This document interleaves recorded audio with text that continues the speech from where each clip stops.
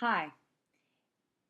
If you're a middle school student who prefers realistic fiction but dabbles in mystery and science fiction, not the extraterrestrial kind, but the kind that makes you think about what is possible, I have the book for you, When You Reach Me by Rebecca Stead. This 2010 Newbery Award-winning novel is set in New York City in the late 1970s.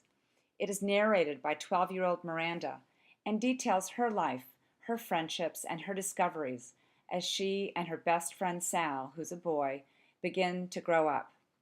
Miranda, who lives with her mom, receives clues and instructions from a mystery person that both scare and intrigue her.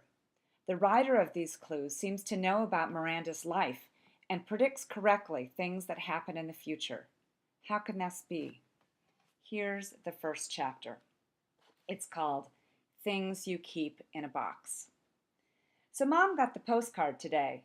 It says, "Congratulations," in big curly letters, and at the very top is the address of Studio TV 15 on West 58th Street. After 3 years of trying, she's actually made it. She's going to be a contestant on the $20,000 Pyramid, which is hosted by Dick Clark. On the postcard, there's a list of things to bring. She needs some extra clothes in case she wins and makes it to another show, where they pretend it's the next day even though they really tape 5 in one afternoon.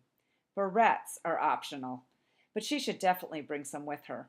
Unlike me, Mom has glossy red hair that bounces around and might obstruct America's view of her small freckled face. And then there's the date she's supposed to show up, scrawled in blue pen on a line at the bottom of the card. April 27th, 1979. Just like you said. I check in the box under my bed, which is where I've kept your notes these past few months. There it is in your tiny handwriting. April 27th, Studio TV 15. The words all jerky looking, like you wrote them on the subway. Your last proof. I still think about the letter you asked me to write. It nags at me, even though you're gone and there's no one to give it to anymore.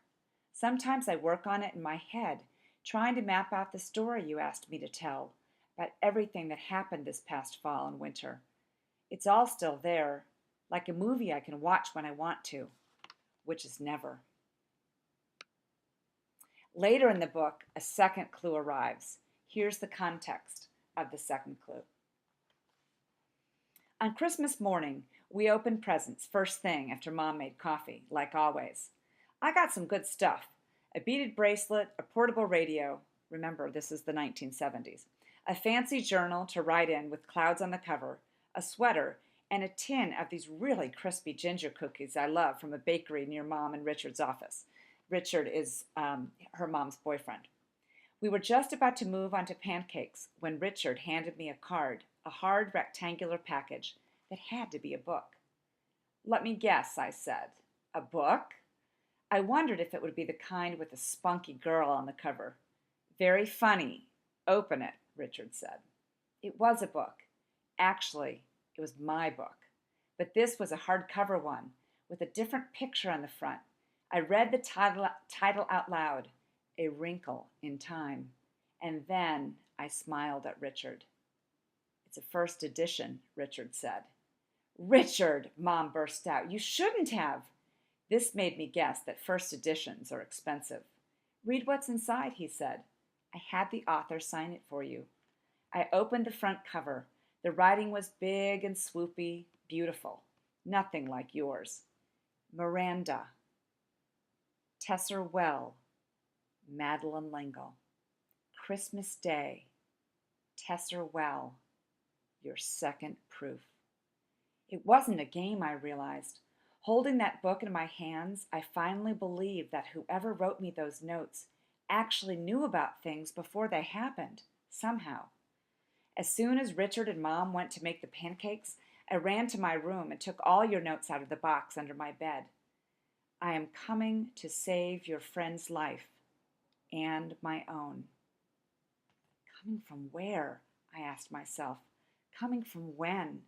I was beginning to believe that someone I cared about was in real danger. but I still didn't know who it was, and I still didn't know how to help. I looked at the second note. I know you have shared my first note. I ask you not to share the others. Please, I do not ask this for myself. This was the worst part. I was alone. Finally, the last clue Miranda receives speaks of a difficult journey. Here's the quote. This is the story I need to tell. This and everything that has led up to it. Please deliver your letter by hand. You know where to find me. My apologies for the terse instructions. The trip is a difficult one.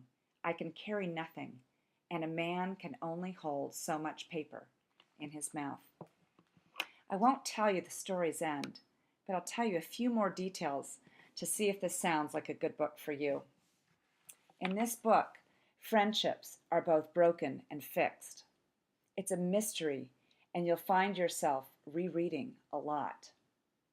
There are clues, and if you look at the title of the book, I don't know if you can see this, there's a key. I think I'll bring this back.